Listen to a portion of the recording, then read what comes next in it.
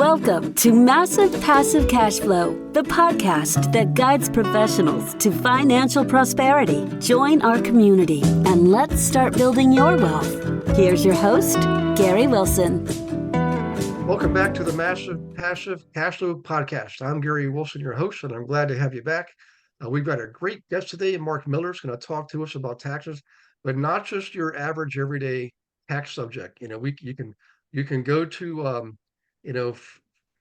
I'm not going to mention any names, but the different big box providers, or you go to somebody that actually works with people who invest, have assets, have businesses, and knows how to help you structure and protect those assets, and a lot of other good things too. So hang tight and listen. If you're not driving, please take notes. If you are driving, you can rewatch this later and take notes then. We'll also put everything in the show notes, and we're going to make it easy for you as we can.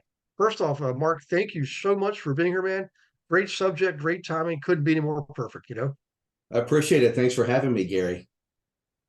Yep, I'm glad to do it. So, we have a lot of listeners who, of course, are investors, lots of business owners, and a lot of, real estate agents have been coming on in the last couple of years too. So, a great mixture.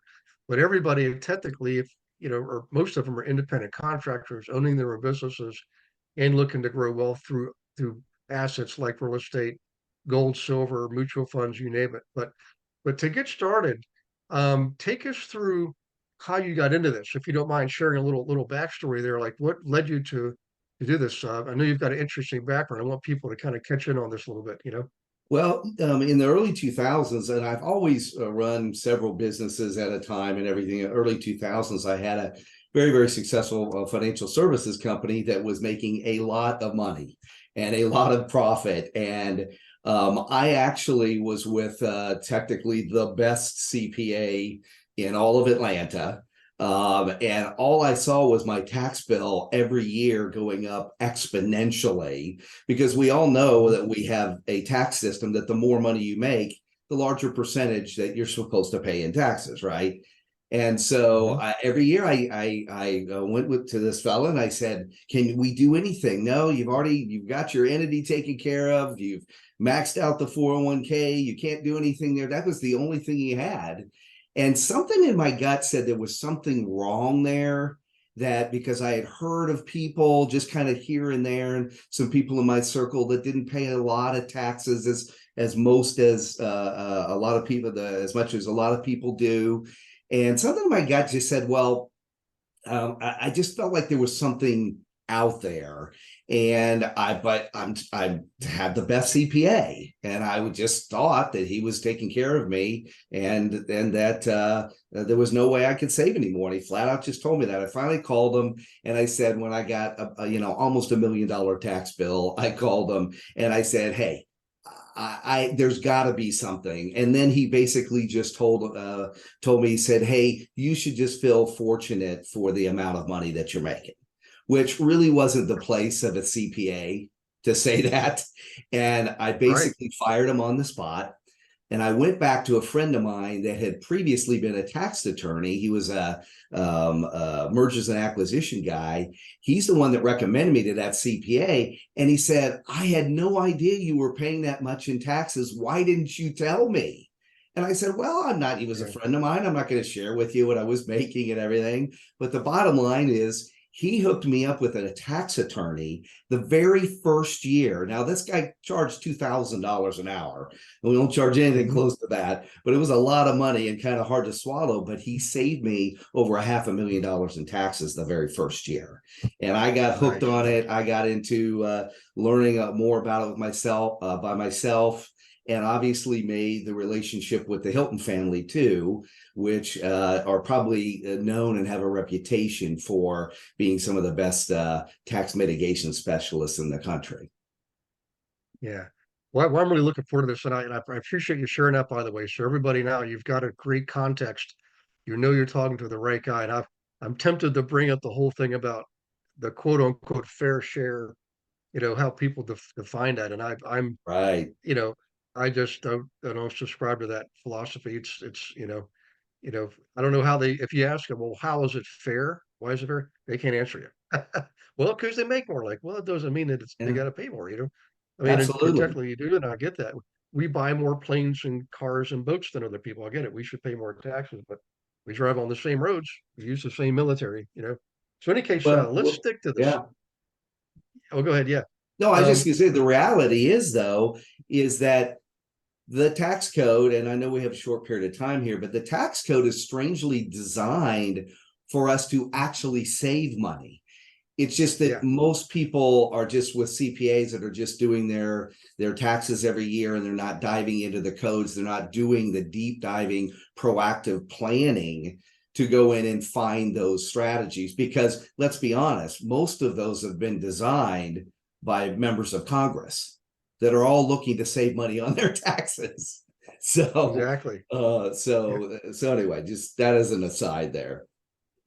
Well, it's actually, I appreciate you bringing it up because it's absolutely true. And I learned years ago, you know, if we're paying more than our fair share or an unfair share, it's probably because we're not adequately using the tax code the way it's written. So let's go ahead and jump into some of the what, like, you know, what is it that you do and what are some strategies you use, and maybe Mhm. some examples. I know we've got a myriad of mostly small business owners, but definitely some very well off and affluent investors too, and sometimes both, you know. Yeah, absolutely. Well, it all starts with doing a formalized tax plan. So just like you might have a formalized marketing plan, or a lot of business owners don't have a business plan, but they say you should have a business plan. But it's the same thing, to be able to set something out ahead of time so you see where you're going and be able to put strategies in place and things in place to help you down the line. So tax planning is different from tax preparation, although most CPAs will tell you they do tax planning because they're doing your taxes. The reality of it is they're historians. They're looking backwards. They're just getting all, and everybody's familiar with it this time of year too. Hey, get all your tax stuff to me, and we'll get your taxes done by April 15th, right? That's compliance, and the IRS calls it compliance for a reason. You better comply, Yeah. right? And that is just getting the preparation done, and getting the deadlines met. Planning is the year before, when you're actually earning the income, setting out a formalized plan. Generally, they are we might have 5 or 6 or 7 different strategies in there, deep dive, that are all backed up by the codes, private letter rulings, case studies, all kinds of stuff like that. And that's where it starts. Actually putting a formalized plan together that will not only get those tax savings for you, but strangely, by putting an audit reduction component in the plan, most folks, their audit risk goes down rather than going up, even if they're doing different things because of various reasons, and that we don't have time to go into that. But most people think if I do anything different because their CPA tells them, which is a myth, that if you do anything different, you're automatically going to be audited, and that's just not the case. Right. I agree 100%. Now, are these the kind of things that you go over in the book Tax-Free Business Owner? In fact, if you would mind, you know, what did inspire you to write that? If you could touch on that a little bit, that'd be great, you know? Well, we are technically, I'm a business financial consultant. Okay. And we work with Mhm. CPAs. Don't get me wrong. I don't mean to tax CPAs too much in here because we need them. Okay. Mhm. But we're business financial consultants where we're doing a lot of things. And we just happen to be really, really good at reducing taxes. For most of our folks that engage with us for a period of time, we get to a zero tax bracket at some point. Mhm. So we generally kind of talk to people about that first, because then it also leads into a lot of the other things we do. I'm the manager of the Hilton Family Office, which is not a huge family office, but we're kind of a boutique family office. And Mhm. then we kind of incorporate a lot of those strategies that the wealthiest of the wealthy use to reduce their taxes and bring them a little more down to Main Street. You know, the average business Mhm. owner that can then take advantage of those reductions. Yeah. Well, I appreciate that. And I want to, if you don't mind me asking, we've mentioned the Hilton family a couple of times. How did that partnership come about? If you don't mind sharing. Sure. I've been done several things with members of the Hilton family over the years. They've made me money. I've made them money.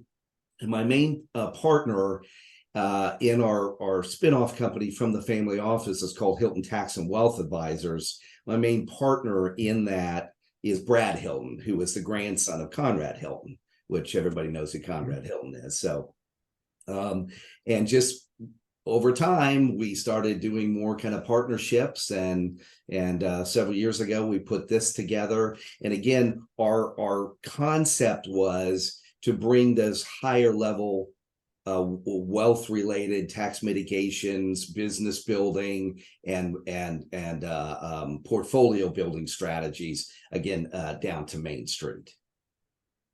Okay. Uh, if I know there's no way we can cover everything in great detail, but just at a high level, are you able to mention some of those strategies like using limited family partnerships or using complex trust, things like that? Are those I know it's touchy because once you start on it, it's like you and I could be together for the next week, Right, but I right. want you to understand there really are strategies out there, Yeah. Yeah. Well, no, I could give an example of some strategies, and the one thing is everyone is completely different. Okay, but there are some Mhm. basic strategies and workhorse strategies. For instance, I'm just going to talk about like home office deductions. Now, everybody knows about that. They're like, oh, I take my deduction. That's nothing special. That's nothing new. But there's actually three distinct special ways to take deductions, and most people are taking the minimum amount of deductions, not the maximum amount of deductions. So that's a strategy where we usually show right away that we can say, hey, we can put another $3,000 or $4,000 or $5,000 in your pocket annually just for on the way that you are actually showing the IRS what your home office deduction is. Again, it's in the codes, it's there, but nobody really knows it, so they just do it the standard way, and hence they overpay $3,000 or $4,000 on their taxes. Yeah. So that's Yep. that's a kind of a workhorse strategy. Yeah, there's also a Okay. lot of entity strategies that regular CPAs that are more compliance. The word compliance again means more tax preparation, that are focused on that, just doing a whole bunch of tax returns and that type of thing. There's other entity strategies that involve trusts, involve a more complex LLCs. You mentioned maybe family limited partnerships, things like that, that you just really kind of won't get that from a regular everyday CPA. And then you have to go to somebody else to maybe get that. Well, then they're not integrating with your CPA.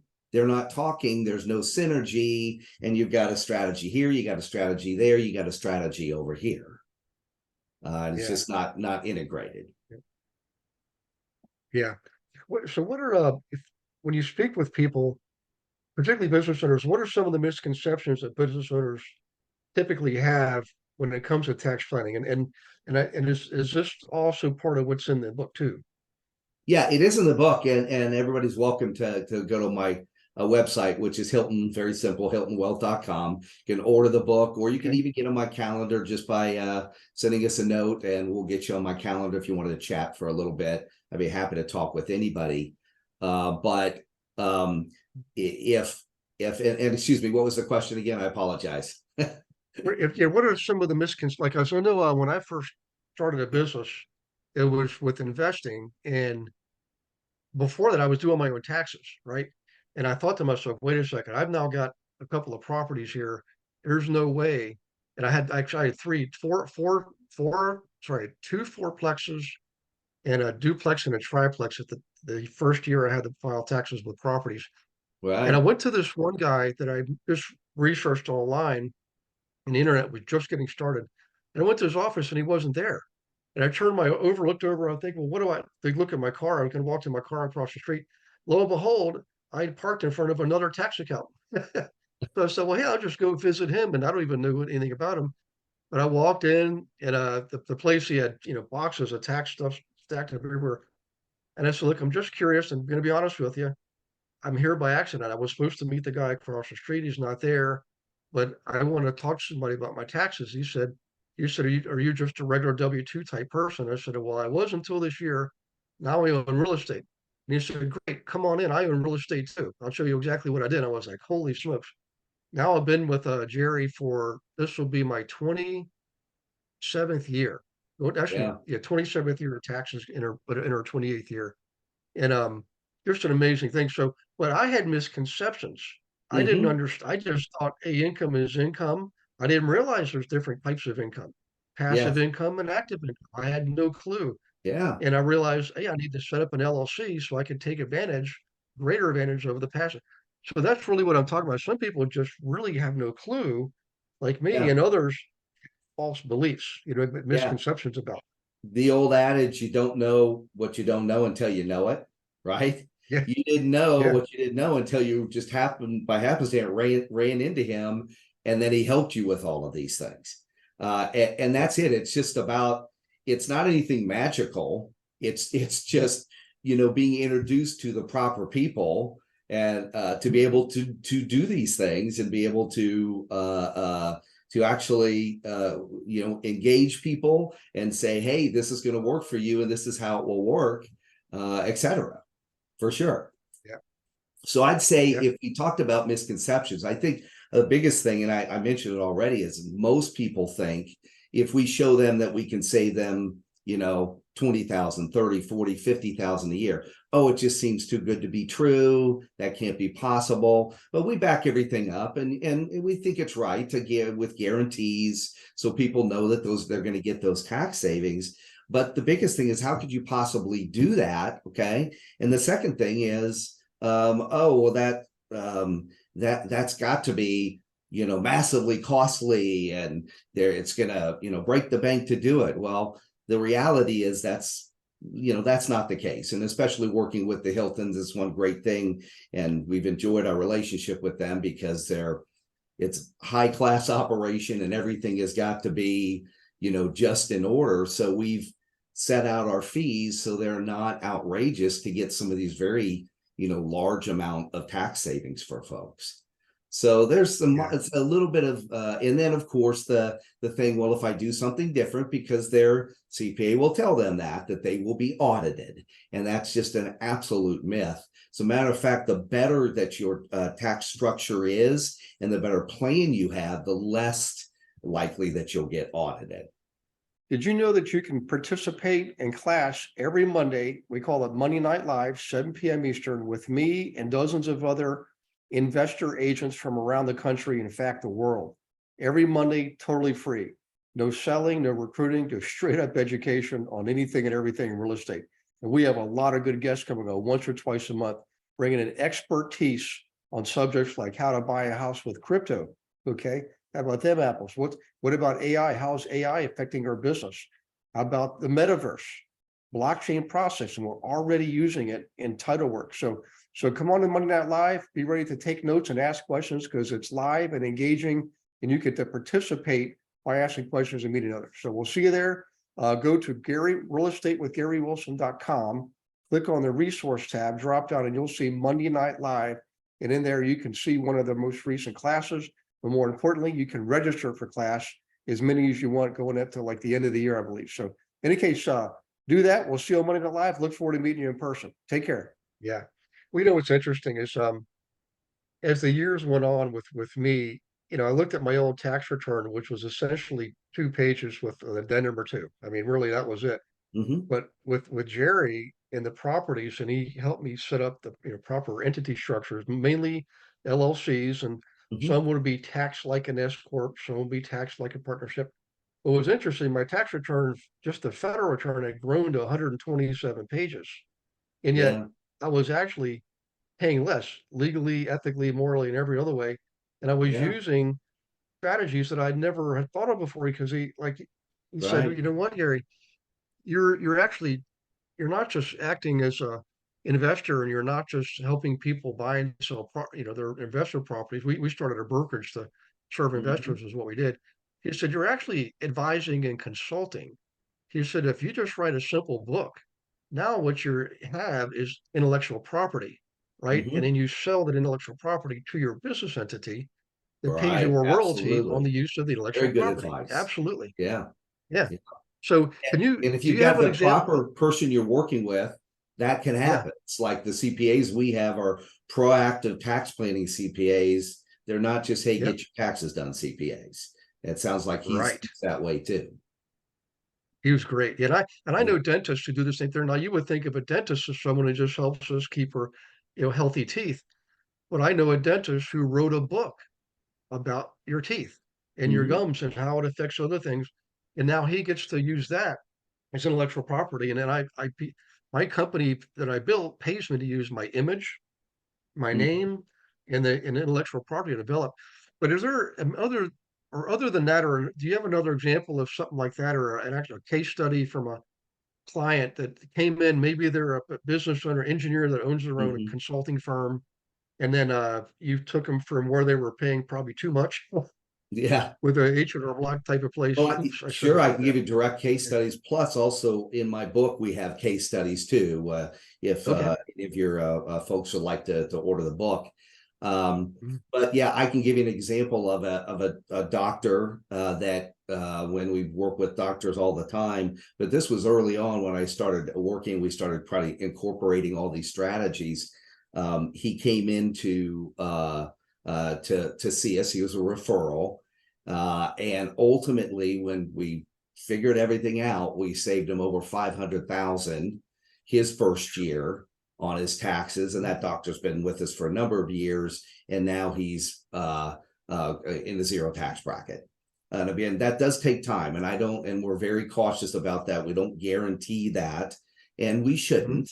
But I would say the majority of our people get to a zero tax bracket, and that's our goal. That's what we're ultimately focusing on. We've also, I think of one specific example because I just heard from him this morning, is one of my clients that's a real estate broker and a pretty big real Mhm. estate broker here in Atlanta. And Mhm. originally he came in and a lot was a mess, not just his tax situation, but his business financials, his kind of how he was investing his money, all of that. And we off the bat, I can't tell you exactly, just don't remember exactly what we saved him, but it was Mhm. substantial the first year. But more than that, he got going with us, and we started doing some business planning. We started really setting up a kind of a high end a portfolio that kind of the wealthiest of the wealthiest use to protect his money and get higher rates of return, all of those things. And he's been a Mhm. client for a number of years. I would estimate on him will probably end up over a 10-year period putting an extra 1.5 to $2 million in his estate, total Nice. wealth, and versus not meeting us. That's what I'm saying. Yeah. That if he hadn't met us, he would have been probably 1.5 million or 2 million behind the eight ball, which it happens all the time, and people know they just don't have a clue. They don't know what they're not exposed to what they need to be doing to accelerate their wealth, instead of kind of just dealing with the kind of regular norms that are out there and seeing all the traditional stuff. Is not going to get you as wealthy as fast as if you kind of know what you don't know. Yeah. Well, what it comes down to really, it's just like sports, business, even military. You've got to play offense and defense, Mm-hmm. and part of playing defense is keeping what you've got. You've run up, you've scored a lot of points. That's great. You've got to keep those points on the board and not allow the other side. And I'm just probably a bad analogy, but coming and grabbing all of your points, and not having any plan in place to address that. So you Mm-hmm. got to play offense and by the way, I want to mention this to everybody listening here. I've been paying taxes this way now for over 25 years. Like I said, 27 years, like I said. And I've had minor, to me, an audit is really nothing more than the IRS wanting clarification. They just want you to explain something, give them more information. I've had that happen a couple of times, and it's usually one interaction, one email, one letter, what have you. The only time I really had a full audit, it had nothing to do with what I was describing earlier, Mark. It was simply because I sold a very large I sold a 90 unit Mhm. building, and that triggered the audit. We had the IRS said, well, we have to audit you because you had such a major change in your tax situation. I said, great. It took a year. It didn't cost me one dime because the Mhm. tax accountant I use for the services, if that ever happens, he acts on my behalf. Took a year, didn't cost me a penny. At the end, you know what the IRS said? Thank you for your cooperation. There is a zero net change to your return. We are happy with it just the way it is. Yeah. And there you go. And you had Fear is proper all in the back of my head. documentation, I'm sure, about the Yep. whole thing, right? And Yep. there, that's a big myth that people have in this Yep. industry around tech. They're afraid, oh my gosh, an audit, an audit, an audit. Well, and a lot of CPAs use that, like the word red flag, too Hmm. much, because that scares people, because that says audit, this might trigger an audit, this might trigger an audit. Well, the reality Yep. is audits are not like they used to be when the country was a lot smaller, and people and the IRS would come in and audit your whole situation. Yeah. Now they do what you got was what was called a desk audit, where they basically just Hmm. sent you a letter, right? And say, just give us some clarification Yep. on here. You go back and forth with Yep. them, give them the documentation, and then you're done, right? Yep. That's pretty So much it. yeah, that's kind of that's how it works. And I'm not saying that, no one wants even a letter in the mail. It's like when you get that letter and Yeah. it's from the IRS, it's like, oh, what's this, right? Everybody thinks that, Yeah. what's this? Run. Hopefully it's just a change of address form, right? Yeah. But There you go. if it's an audit letter or something, which our folks don't even barely even get those very often, but if they do, it's just a Yeah. simple matter. If you've got all the documentation, you're done. IRS Yeah. moves on, right? Yeah. Hey, I know we're going to get short on time here, but I want to help some of our listeners play some offense and defense. So you've got the book, the tax-free business owner. Mm-hmm. Now, I understand you're writing another book, but tell us first, how do we get the first book and maybe highlight that? And then if you don't mind sharing a little bit about what you're planning for the next book, that would be great, you know? Sure. So if you'd like to get a copy of my book, simply go to hiltonwealth.com, and you'll have a pop up there, easy to order the book. And again, like I said earlier, you're welcome to, if you'd like to, you could get on my schedule. We offer a complimentary 20 minute or so chat with me. If you have questions and you're not sure that something like this could help you or not. But when you order the book, then you'd have the ability to then the same thing if chat with me or one of the people in my office to basically we'll chat with you and just see if how much we can save you, and a general ballpark idea. And then where we go from there is doing a deeper dive and then getting to like an exact tax saving number. The Okay. next Well, I thing, tell I you know what, you I, asked me I about my have the book. website up, guys. Yeah. The, Oh, the yes, next yes. I'm book sorry. Go coming right ahead. up, Yeah. Yeah. the next book Yep. coming up is called Hilton Wealth. And we'll be Okay. diving into some of the content or the things that the Hiltons have learned over the years on how to invest and how to compound your wealth massively. It'll be, I think, a really good book on learning some of the lessons, especially from Conrad Hilton, how he built his empire. Yeah. Well, I look forward to that myself. And I've made a discipline of studying those who've gone before us. I mean, the Rockefellers, um, you know, there's a bunch of the Vanderbilts, Mm-hmm. Ford, Firestone, all those guys. What's amazing is, and people might say, well, Gary, that was over 100 years ago, and I agree, but the fundamentals never change. And a Absolutely. lot of it has to do with education, getting the right education, followed by the right information, followed by the right action will equal the right results. So for those of you guys listening, please take this to heart. This couldn't be better timing.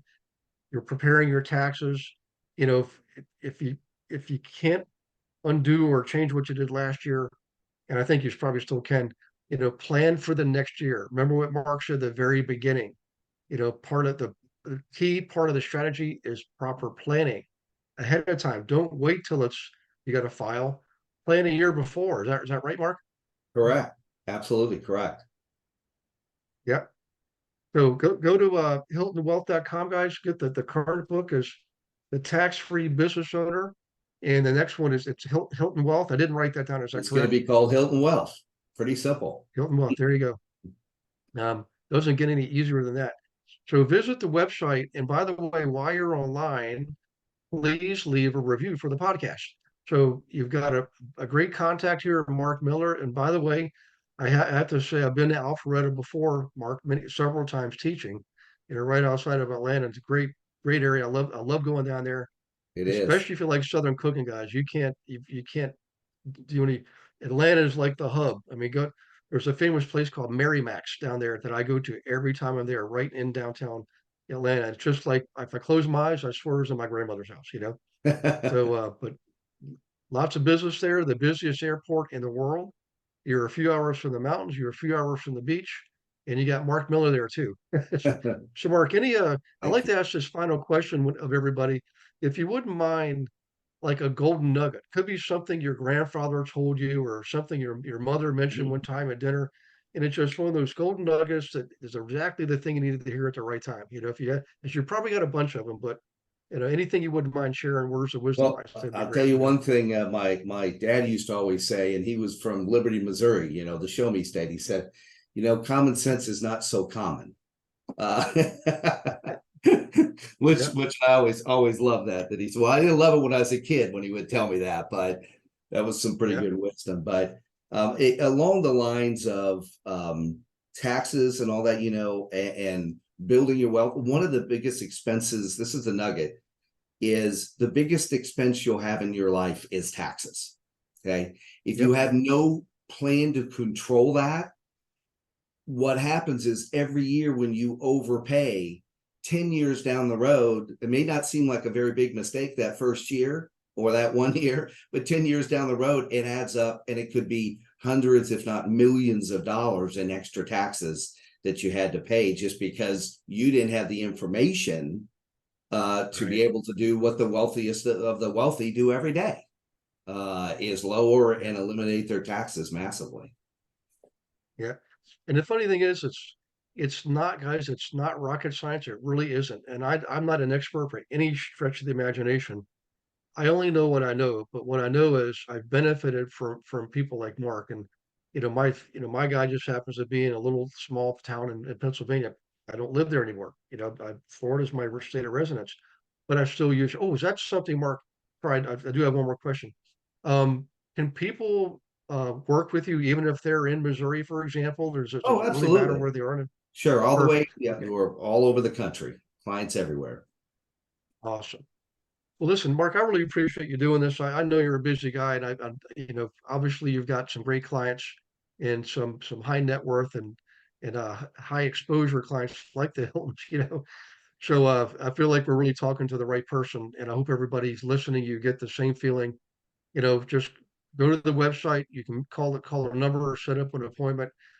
It doesn't hurt to check it out. I mean, you might find yourself, making an investment in your tax planning and saving yourself a lot of money that you can then use to apply to offense, score more points, and build your wealth even further. So, God bless you and your families. Remember to leave that review for the podcast. Your review is our currency. It doesn't cost you a dime, and it sure helps us spread the word. So we appreciate you doing that.